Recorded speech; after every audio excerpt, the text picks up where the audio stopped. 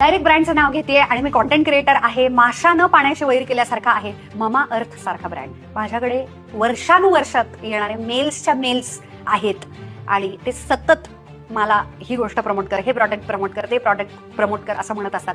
पण मी ते करत नाही. त्याचं कारण असं, तुमचा अनुभव वेगळा असू शकतो.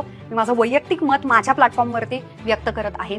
मला त्याच्यातले इन्ग्रेडियंट्स आवडत नाहीत. ते अजिबात जेंटल नाही. ज्या ब्रँडच्या नावामध्ये ममा असं लिहिलंय आणि अर्थ असं लिहिलेलं आहे, it is suppose to be extremely mild आणि जेंटल. काही प्रॉडक्ट्स बेबीसाठीचे आहेत आणि ते मी अथांगवरती, माझ्या बाळावरती, ते जे गॅस रिलीज होणारा हिंगाचा, हळद हिंग टाइप्स काहीतरी हिंग असलेला एक रोल ऑन सारखं होतं, त्यांना पोटाला संपूर्ण रॅश आली अथांगला.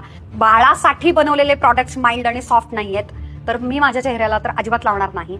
पैसे वाया घालवणार नाही. इन्फ्लुएन्सर मार्केटिंगसाठी जे पैसे ते घालवत आहेत त्याच्यासाठी मला असं सांगायला आवडेल, मी कुठच्याही ब्रँडला कधीच असा डायरेक्ट नाव घेऊन विरोध करत नाही. त्याच्यावरती व्हिडिओज करत नाही. ज्या ज्या गोष्टी चांगल्या आहेत, उपयुक्त आहेत, वर्क होतात, पैसे वर्थ असतात, इन्व्हेस्टिंग चांगल्या चांगल्या गोष्टी त्या समोर सांगाव्यात, ना की याच्याविषयी बोलत राहावं असं मला वाटतं. या ब्रँडनं मी असं सांगेन उलट स्वतःहून, तुम्ही प्रॉडक्ट उत्तम करण्यासाठी, क्वालिटी करण्यासाठी, पूर्ण रिवॅम्प करण्यासाठी काहीतरी गोष्टी कराव्यात.